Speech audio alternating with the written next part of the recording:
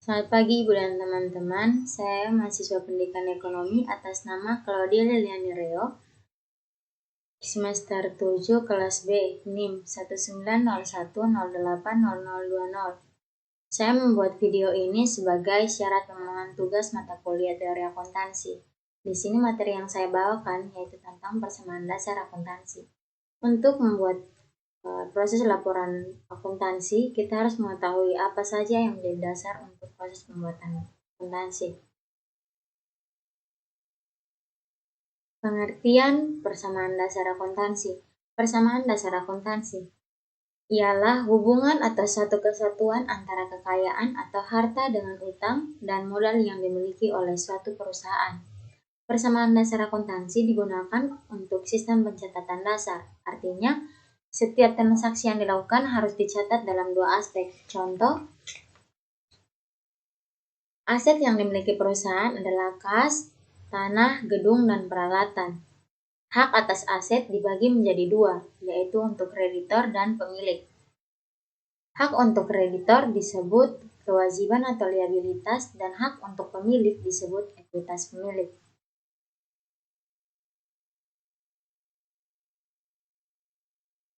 Di sini ada rumus, yaitu aset sama dengan liabilitas plus ekuitas pemilik.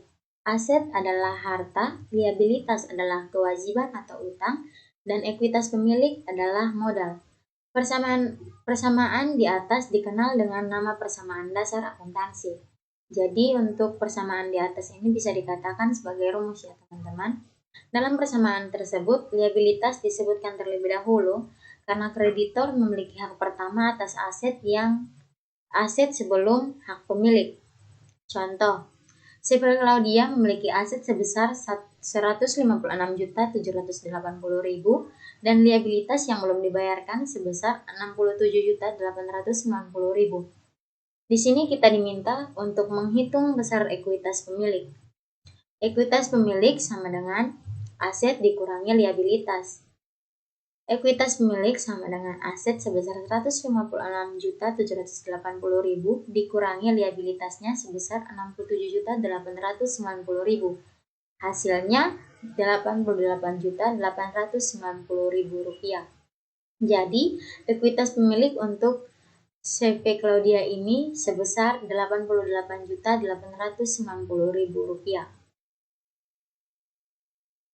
Di sini terdapat unsur-unsur persamaan dasar akuntansi yang dibagi menjadi 6 aspek, yaitu yang pertama ada aset, yang kedua ada liabilitas, yang ketiga ada ekuitas, yang keempat ada pendapatan, dan yang kelima ada beban, serta yang keenam ada prive.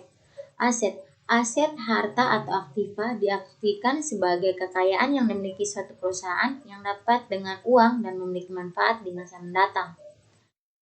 Liabilitas merupakan kewajiban yang harus dilunasi oleh perusahaan kepada pihak ketiga atas transaksi yang telah dilakukan.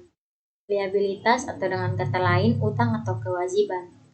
Yang ketiga ada ekuitas atau modal, merupakan hak pemilik atas kekayaan perusahaan. Contohnya modal Nyonya Claudia. Yang keempat adalah pendapatan, merupakan arus masuk kas akibat dari penyerahan atau penjualan barang atau jasa atau aktivitas lain yang merupakan kegiatan utama perusahaan.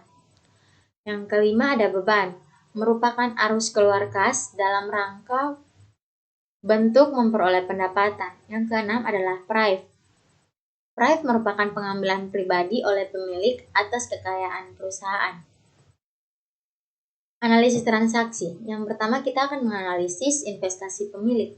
Pada tanggal 1 Desember 2021, Nyonya Claudia menyetorkan uangnya sebesar 20 juta sebagai modal awal salon Claudia. Transaksi ini menyebabkan bertambahnya aset salon Claudia yang diikuti dengan bertambahnya ekuitas. Aset yang bekerja pada transaksi kali ini yaitu aset kas, sama dengan liabilitas plus ekuitas pemilik. Di sini asetnya sebesar 20 juta, sama dengan liabilitasnya 0 karena tidak terjadi utang atau kewajiban yang harus dibayar. Dan ditambah ekuitas pemilik sebesar 20 juta karena Nyonya Claudia ini menyetorkan uang sebagai modal awal atau ekuitas pemiliknya berjumlah sebesar 20 juta. Jurnal untuk transaksi ini yaitu 20 jutanya di debit dan 20 jutanya di kredit. Yang kedua adalah pembelian peralatan. Pada tanggal 2 Desember 2021, Nyonya Claudia membeli peralatan untuk salonnya secara tunai sebesar 4 juta. Transaksi ini menyebabkan berkurangnya aset dan bertambahnya aset lain. Aset yang terjadi pada transaksi ini yaitu kas dan peralatan, di mana kas berkurang dan peralatan bertambah. Dengan rumus aset sama dengan liabilitas plus ekuitas pemilik. Aset berkurang sebesar 4 juta atau min 4 juta dan peralatan bertambah sebesar 4 juta.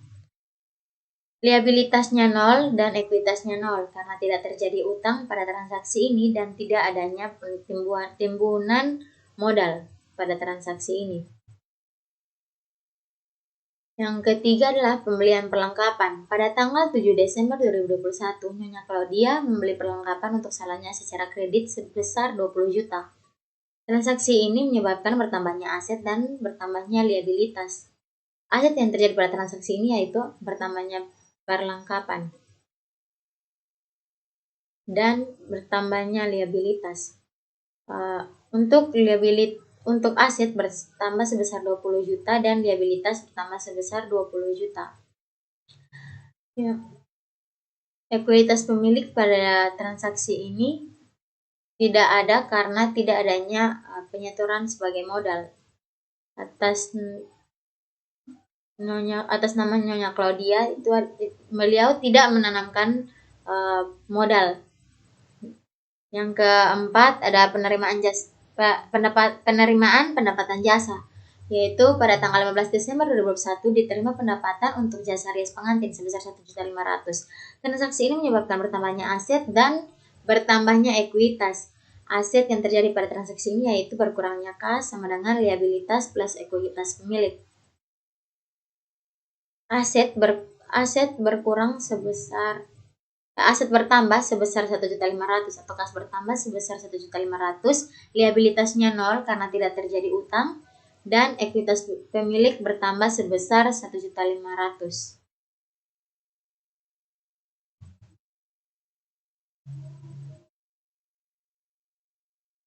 Yang kelima adalah kita menganalisis penerimaan pendapatan jasa salon secara tunai dan kredit. Pada tanggal 20 Desember 2021, salon Claudia telah menyelesaikan jasa rias pengantin sebesar 2.500.000 yang baru dibayar sebesar 1.500.000 oleh pelanggannya.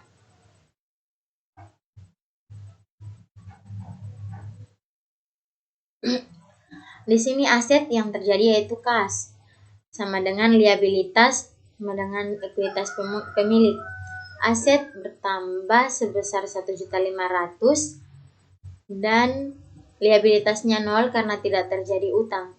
Kita tidak memiliki utang terhadap orang lain, tapi orang lainlah yang memiliki utang terhadap kita.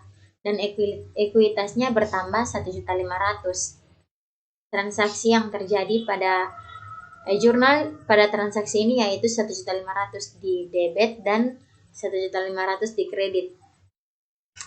Yang transaksi yang keenam itu ada pembayaran beban. Pada tanggal 25 Desember, Nyonya Claudia membayar beberapa beban secara bersamaan, yaitu beban gaji karyawan sebesar 800.000, beban sewa tempat usaha 600.000, beban listrik, air, dan telepon 300.000. Di sini transaksi yang terjadi adalah kas, yaitu berkurangnya kas sama dengan liabilitas plus ekuitas pemilik. Kas berkurang sebesar 1.700.000, liabilitasnya 0, dan ekuitasnya berkurang sebesar 1.700.000 atau minus 1.700.000. Liabilitasnya kenapa di sini 0? Karena tidak terjadinya utang. Yang ketujuh adalah penerimaan dari piutang usaha. Pada tanggal 27 Desember 2021, salon Claudia menerima pelunasan piutang yang terbentuk pada tanggal 20 Desember 2021. Aset apa saja yang terjadi pada transaksi ini yaitu kas dan piutang usaha. Sama dengan liabilitas ditambah ekuitas pemilik. Asetnya bertambah sebesar 1 juta dan piutang usaha Piutang usaha ini terbentuk pada tanggal 20 Desember, artinya transaksi ini sudah terjadi di masa lalu atau masa lampau, sebesar 1 juta. Jadi transaksi jurnalnya yaitu asetnya sebesar 1 juta dan piutang usahanya berkurang sebesar 1 juta rupiah. Liabilitasnya 0 dan ekuitas pemiliknya 0. Kenapa liabilitas dan ekuitas pemiliknya 0? Karena liabilitasnya tidak ada atau tidak terjadi utang sama sekali dan ekuitas pemiliknya atau penanaman modalnya sama sekali tidak ada pada transaksi ini. Yang ke-8 ada penerimaan kas oleh pemilik. Pada tanggal 30 Desember 2021, Nyonya Claudia menarik sebagian uang kas sebesar 500.000 untuk keperluan pribadinya. Nah, untuk transaksi ini dikatakan sebagai PRIV. PRIV itu adalah pengambilan pribadi uang perusahaan untuk keperluan pribadi. Nah, untuk jurnal transaksinya yaitu aset apa saja pada transaksi ini, yaitu kas yang berkurang sama dengan liabilitas ditambah ekuitas pemilik.